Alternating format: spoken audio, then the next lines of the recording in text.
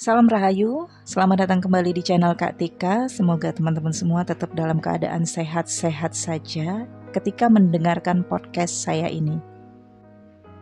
Sebenarnya kesehatan saya juga tidak begitu baik karena kemarin saya terkena hujan dan saat ini saya flu, batuk juga, tetapi begitu pesan intuitif masuk ke dalam inspirasi saya harus segera sampaikan, harus segera share kepada teman-teman semua karena amanahnya seperti itu. Namun, saya juga tidak langsung bisa menjadikan pesan intuitif yang masuk ke saya menjadi kata-kata. Saya harus cari dulu informasinya dan bantuan-bantuan dari sumber-sumber terpercaya. Dan ini adalah podcast tentang paparan saya mengenai toxic femininity. Disimak dari awal sampai akhir. Tentunya teman-teman juga sudah menonton bacaan atau paparan saya terkait dengan toxic masculinity. Disimak ya. Toxic femininity. Tentunya ketika teman-teman mendengar kata-kata feminin mengarah ke perempuan. Ya, benar. Ini adalah toxic femininity yang lebih banyak diadopsi oleh perempuan khususnya. Namun, toxic femininity bukan hanya dimiliki oleh perempuan saja, tetapi laki-laki juga memungkinkan untuk memiliki. Karena saya ingatkan di dalam diri manusia terdapat divine feminine dan divine masculine. Toxic femininity adalah budaya cara pikir, berperilaku atau bersikap dengan nilai yang dianggap harus ada dalam diri seorang perempuan. Saya sebut perempuan, bukan wanita, karena perempuan berasal dari kata puan. Dalam bahasa Melayu artinya istri laki-laki terhormat, berarti juga perak. Kalau wanita berasal dari kata tata yang artinya santun. Dua-duanya sama-sama baik sih, tapi saya lebih suka menyebut dengan kata perempuan. Oke, toxic femininity yang terjadi di dalam diri perempuan maupun laki-laki. Bisa itu seorang perempuan dengan toxic femininity memandang perempuan lain harus sesuai dengan cara pikirnya, atau menekan dirinya, mendisiplinkan dirinya harus menjadi perempuan sesuai dengan cara pikirnya. Atau bisa saja terjadi pada seorang laki-laki yang berpikir dengan cara seperti itu. Kembali lagi saya ulangi, toxic femininity adalah budaya cara pikir, berperilaku atau bersikap dengan nilai-nilai yang dianggap harus ada dalam diri seorang perempuan. Misalnya, yang pertama, pola pikir bahwa perempuan itu lemah. Walau seiring dengan perkembangan zaman, teknologi, sebagian konsumsi dari masyarakat, tetapi masih ada juga perempuan yang menganut pola pikir toxic femininity bahwa perempuan itu adalah kaum lemah. Masih banyak. Dan yang kedua, pola pikir bahwa perempuan itu dipilih laki-laki, bukan memilih. Masih banyak di antara orang-orang yang saya kenal pendidikannya juga tinggi, namun masih memiliki pola pikir seperti itu.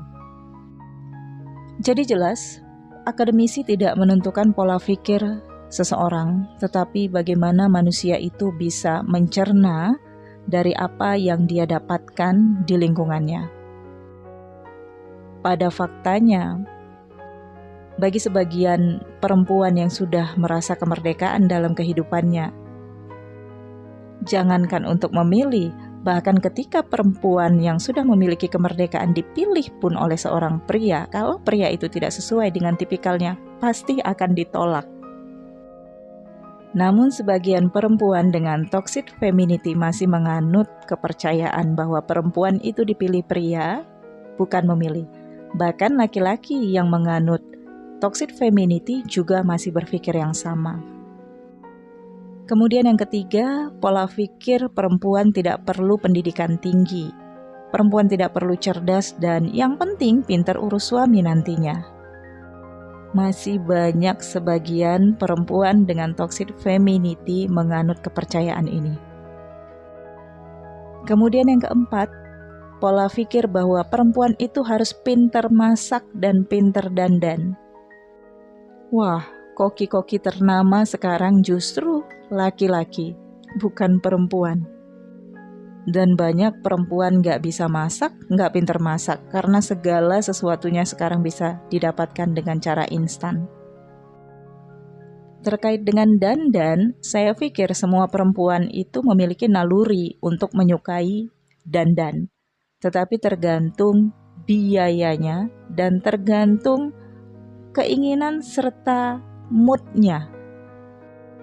Oke, kemudian yang kelima, pola pikir perempuan itu harus sabar, harus lemah lembut. Kita lihat perempuan yang seperti apa ya. Kalau memang perempuan itu profesinya sebagai koat ya, TNI perempuan, gimana dong harus lemah lembut? Tapi masih ada juga pemahaman yang mengatakan seperti itu. Itu dia, toxic femininity yang diserap dan sebagai pedoman hidup bagi sebagian perempuan yang mempercayainya.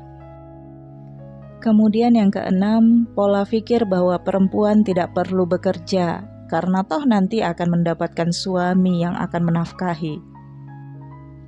Itu benar, tetapi seiring dengan perkembangan zaman dan juga emansipasi ya, kalau memang perempuan masih memiliki kemampuan untuk bekerja, maka apa salahnya untuk membantu perekonomian rumah tangga atau untuk menabung buat masa depan. Kemudian yang kedelapan, pola pikir perempuan harus nurut sama laki-laki. Maka di sini harus dilihat dulu bagaimana kasusnya, bagaimana masalahnya. Namun sebagian perempuan dengan toxic femininity, bagaimanapun beratnya masalahnya, dia akan tetap menganut kepercayaan perempuan harus nurut. Oke. Dan sebenarnya banyak hal lain yang membuat pola pikir toxic femininity dalam diri perempuan, yang semuanya itu membuat ketertekanan, stres, depression, dan bahkan kehilangan rasa percaya diri bagi perempuan yang menganut toxic femininity atau bagi laki-laki yang menganut toxic femininity. Karena pada akhirnya toxic femininity akan membuat rasa tertindas terhadap dirinya sendiri atau terhadap pasangannya atau terhadap perempuan lain. Misalnya terhadap anak perempuan yang dibesarkan oleh perempuan atau laki-laki yang menganut kepercayaan toxic femininity. Toxic femininity sama merusaknya dengan toxic masculinity. Namun karena laki-laki lebih berpikir secara logika, maka yang rusak adalah otak. Jika feminin lebih merusak ke dalam batin, hati, dan membuat penyakit mental, penyakit fisik, dan bisa buat berumur pendek juga karena terkena serangan penyakit organ dalam. Makan hati, yang rusak bisa hati. Terlalu dongkol, bisa kena tiroid. Seks dalam paksaan atau rasa keterpaksaan, bisa sesuatu terjadi di dalam rahim. Itu fakta. Nah, di zaman emansipasi perempuan yang dikoar-koarkan sekarang, sering kita dengar tuh ya, perempuan harus bisa nyetir, perempuan harus bisa kerja dan cari duit. Di dalam pandangan saya, itu sama toksiknya. Jika situasinya masih membuat stres dan tertekan, tidak semua perempuan memiliki kesempatan untuk bisa nyetir dan untuk bisa cari duit. Maka motivasi itu tidak bisa ditelan oleh perempuan yang memang dalam keterbatasan. Pasti itu membuat ketertekanan bagi perempuan lain yang tidak seberuntung. Perempuan yang bisa mengatakan, perempuan harus bisa nyetir, perempuan harus bisa kerja dan cari duit. Oke. Kemudian, di pandangan toxic masculinity, prinsip toxic femininity adalah yang terbaik. Itu adalah wujud perempuan dengan inner toxic femininity yang diidam-idamkan. Perempuan yang taat, yang patuh, yang lemah. Kemudian perempuan yang tidak perlu pendidikan tinggi. Perempuan yang tidak perlu cerdas, yang penting pintar urus suami. Perempuan yang harus pintar masak. Perempuan yang harus sabar dan lemah lembut. Dan lain sebagainya yang saya sebutkan tadi. Dan sebaliknya, di dalam pandangan laki-laki dengan toxic masculinity, Perempuan-perempuan dengan divine emansipasi dan juga reformasi merupakan keterancaman bagi kesejahteraan laki-laki. Namun, itu hanya pemikiran bagi laki-laki yang memiliki divine toxic masculinity. Bagi sebagian laki-laki yang tidak memiliki toxic masculinity, mereka sangat menyukai perempuan yang aktif, yang terlihat mandiri, tetapi tidak melupakan kewajiban dan kodratnya sebagai perempuan. Hanya itu. Pada hakikatnya, toxic masculinity menyukai dan mengidam-idamkan toxic femininity. Racun akan menyukai racun. Racun tidak menyukai penawar racun. Di dalam agama, khususnya Muslim, ada disebutkan tentang nus'us, atau istri yang durhaka pada suami. Nus'us itu artinya durhaka. Ini selalu digembor-gemborkan pada istri yang menggugat cerai suaminya. Tetapi, pada dasarnya, suami atau laki-laki juga bisa nus'us atau durhaka terhadap istrinya apabila kewajibannya terhadap istrinya atau hak-hak istrinya yang tidak bisa dia berikan dan dia ingkar terhadap janjinya atau ikrar sumpah dan janjinya dalam pernikahan. Kita lihat pada fakta sekarang ini, perempuan memperoleh keuntungan dari gender. Di suatu perusahaan, di pekerjaan, perempuan bisa menduduki jabatan yang sama dengan jabatan yang dimiliki atau didapatkan oleh laki-laki. Itu dia emansipasi perempuan, diakui sebagai manusia yang memiliki hak yang sama dalam warga negara Indonesia. Oke, tetapi di balik itu, misalnya ketika bekerja, ada cuti hamil dan cuti idah.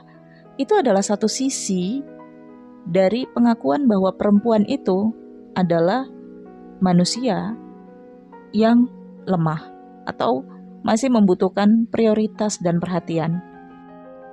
Misalnya lagi ya, ketika konflik perempuan dan laki-laki berantem nih, tonjok-tonjokan, sering tuh muncul ya di media sosial. Ketika perempuan terluka, maka publik menilai laki-laki yang salah. Oke. Padahal banyak juga kenyataannya perempuan itu tenaganya lebih kuat daripada laki-laki, khususnya dalam mempertahankan diri, dalam membela dirinya. Jadi terlihat bahwa publik dengan pemahaman toxic femininity terlalu mudah ngejudge. Hanya melihat fakta luar, tidak ingin menggali dan menganalisis apa yang terjadi sebelumnya. Misalnya lagi dalam relationship. Ketika terjadi pencabulan, ya relationship itu kan bisa saja pertemanan atau rekan kerja. Ketika terjadi pencabulan, perempuan bebas melapor ke pihak berwajib. Tetapi kalau ini terjadi pada laki-laki, perempuan yang mencabuli laki-laki, ada kok. Coba ditanya batin dari laki-laki. Ada yang gak suka juga diperlakukan seperti itu oleh perempuan. Tetapi laki-laki mah malu harga diri itu untuk melaporkan ke pihak berwajib bahwa dirinya dicabuli, bahwa dirinya merasa diperkosa oleh relationship-nya. Saya bicara tentang fakta yang terjadi, realistisnya dunia kita saat ini. Oke, sekarang kita kembali ke toxic femininity. Saya akan sebutkan ciri-cirinya, teman-teman cek. Yang pertama, berlebihan dalam mengekspresikan cinta dan kasih sayangnya serta kepeduliannya, hingga terkesan memperlakukan orang yang sudah dewasa seperti anak-anak. Khususnya perempuan dengan toxic femininity memperlakukan pasangannya seperti anak kecil. Sayang pakai payungnya, sayang pakai jaketnya, atau menelpon sesering mungkin. Udah makan belum? Udah minum belum? Makannya pakai apa? Hello? Nggak semua laki-laki suka diperlakukan seperti itu. Awal mulanya sih oke, tetapi lama-kelamaan membosankan teman-teman. Kemudian, ciri-ciri toxic femininity yang kedua.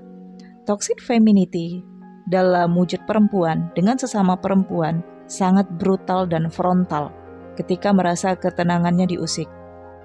Misal, pacar atau suaminya dekat dengan perempuan lain. Tanpa babi bu, tanpa berpikir panjang, mengambil langkah emosional mempermalukan diri dan orang lain. Sering terjadi dan bahkan beberapa subscriber channel saya juga masih ada yang berpola pikir toxic femininity.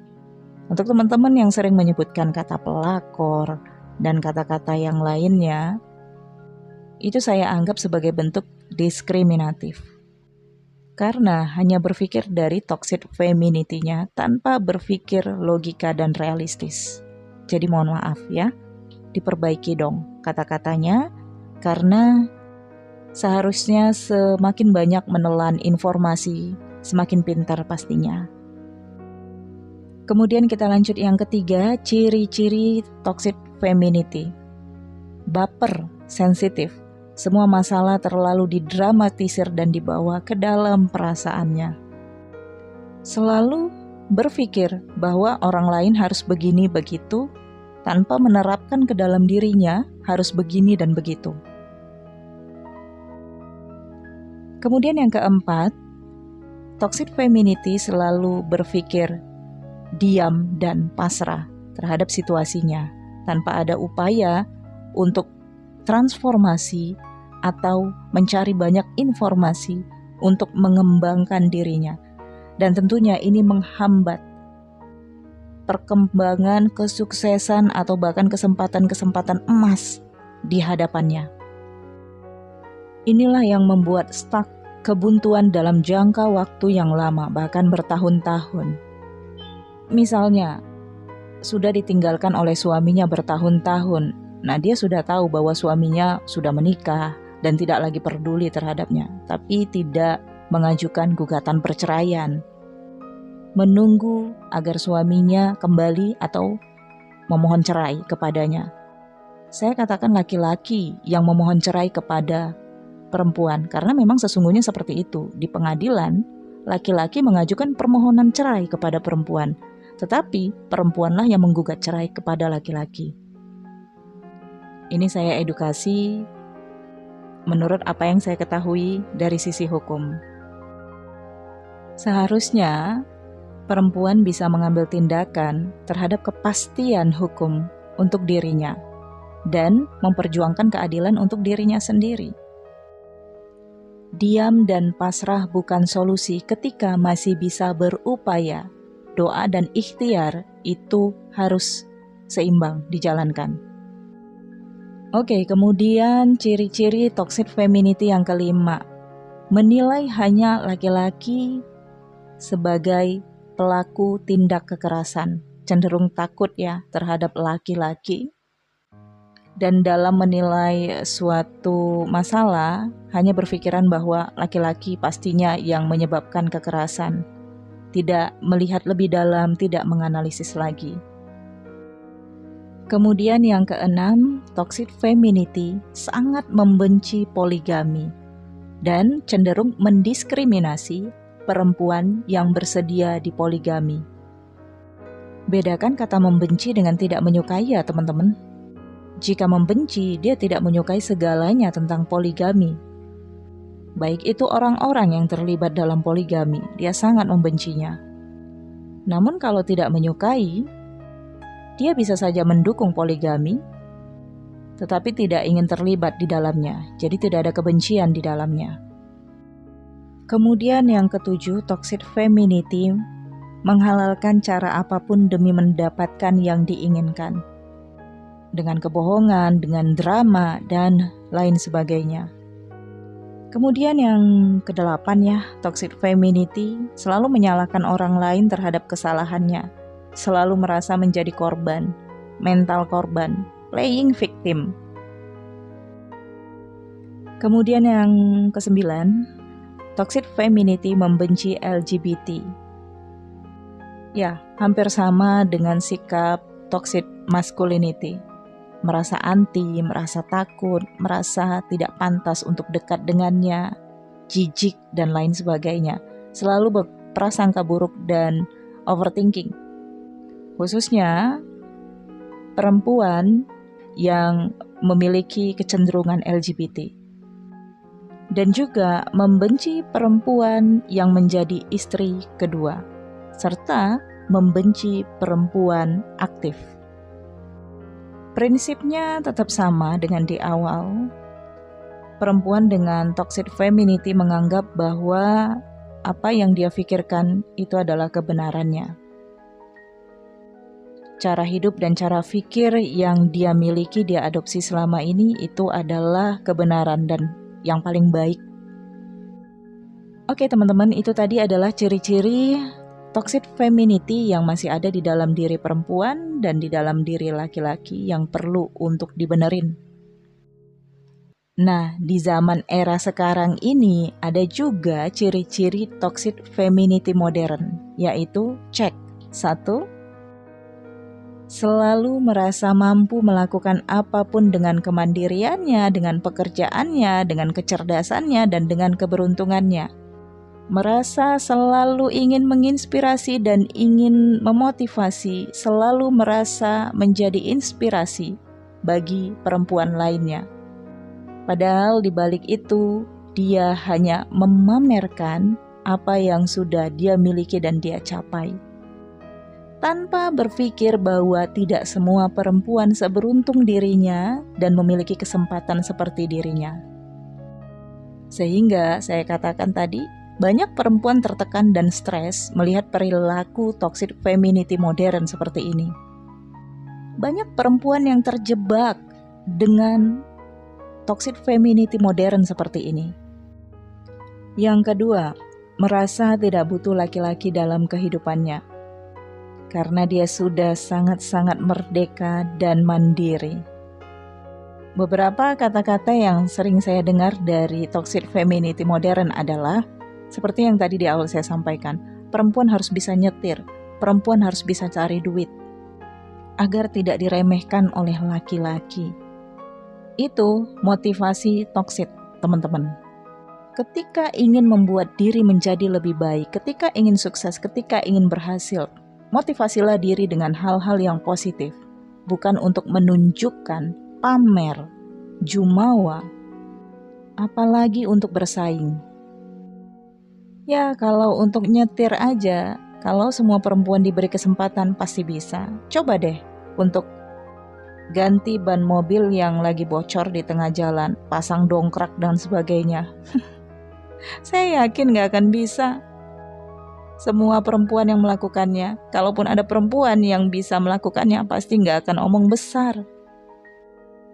Karena toxic femininity yang menggambarkan motivasi perempuan harus bisa nyetir, itu saya lihat kukunya pada pedicure, manicure, pada dandan feminin banget tuh ya, agar kelihatan seperti sultan.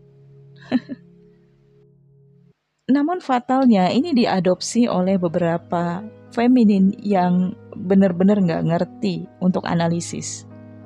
Sehingga ini yang saya katakan tadi, motivasi toxic oleh toxic femininity yang akan membuat dampak ketertekanan atau stres bagi perempuan yang tidak bisa melakukan apa yang seperti dia lakukan. Jadi hati-hati teman-teman dalam mengkonsumsi informasi, mengkonsumsi quotes-quotes, perhatikan siapa yang mengeluarkan kata-kata seperti itu. Apakah karena dia lagi happy makanya dia bisa pasang caption seperti itu, ataukah memang itu dia dapatkan dari pengalamannya sendiri. Kemudian yang ketiga, toxic femininity modern. Gengsi, memuji atau mengakui perempuan yang lebih cerdas, lebih cantik, dan lebih beruntung darinya. Ini jelas ya, dia follow, kemudian di follow back, kemudian dia unfollow lagi ternyata untuk ngumpulin followersnya. Kemudian yang kelima, toxic femininity modern, menipu publik dengan kemandirian, dengan kemewahan, padahal nyatanya dia dimodalin oleh laki-laki, atau dari biaya orang tua. Atau ada sebagian kecil yang saya perhatikan, ternyata pekerjaannya ilegal, seperti penipuan atau lain sebagainya. Ya, itu adalah toxic femininity modern. Dalam relationship, pastinya toxic femininity membuat relationship tidak sehat ya, teman-teman.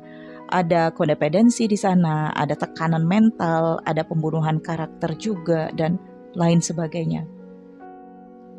Ya, sama kejamnya dengan toxic masculinity, hanya yang terluka berbeda tempat. Dalam seks, toxic femininity lebih mengarah pada investasi energi, waktunya, dan fisiknya.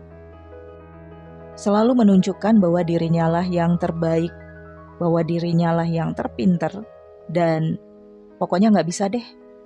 Hal-hal yang dia berikan ini diberikan oleh feminin lain dalam relationship ini. Tetapi ketika maskulin dia ketahui dekat dengan feminin lain, dia merasa hancur berantakan kehidupannya. Dia merasa apa yang selama ini dia investasikan di dalam hubungan ini berantakan, rugi, gagal, dan membuat masa depannya semakin abu-abu dan gak jelas.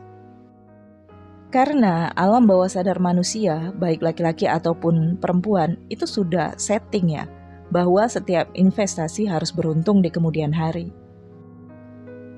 Ketika tubuh sudah tidak sehat, karena selama ini dalam relationship investasi terlalu besar, semua pekerjaan dilakukan terlalu berlebihan, dan juga hal-hal yang terlalu banyak pengorbanan diberikan di dalam relationship, baru bercermin, baru nyadar bahwa sudah kehilangan banyak energi dan banyak waktu dalam investasi relationship-nya. Baru nyadar ternyata sudah rugi waktu dan usia. Kata nyadar di sini adalah awaken, tersadarkan, terbangkitkan, kebangkitan spiritual. Inilah letaknya awakening. Ada dua bentuk stres dan depression dari perempuan yang memiliki toxic femininity. Yang pertama, stres dan menunjukkan sisi gelapnya dengan clubbing, bersosialisasi yang tak terarah, dan lain sebagainya. Pada intinya dia seperti menunjukkan ketidakpeduliannya lagi pada kehidupannya, ingin happy, ingin melupakan beban, tetapi dengan hal-hal yang juga toksik. Kemudian yang kedua, baru ngerti harus merawat diri. Setelah semuanya terlambat, baru ngerti bahwa harus olahraga untuk tubuh tetap sehat.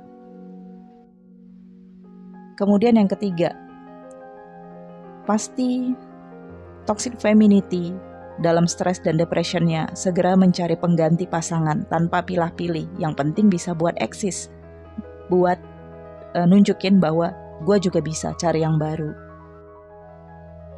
Oke, teman-teman, itu adalah fakta-fakta yang saya kutip dari pelajaran saya dalam mempelajari kehidupan manusia. Sampai di sini kita sudah paham bagaimana negatifnya toxic femininity dalam diri perempuan maupun dalam diri laki-laki ya. Jika sudah tahu, segera perbaiki dan jadilah perempuan dengan good femininity. Feminin yang baik seperti apa Kak Tika? Tidak ada manusia yang sempurna. Hanya cukup ngerti batas, ngerti kebutuhan diri, bukan keinginan diri. Mengenal diri sendiri, hargai dan cintai diri. Baru bisa mengerti caranya mencintai dan menghargai orang lain. Oke teman-teman, semoga memahami apa yang saya sampaikan. Terima kasih. Mohon maaf jika saya ada salah kata. Semoga bermanfaat ya. Jangan lupa like, subscribe, komen positif. Sampai ketemu di paparan selanjutnya. Salam, bye.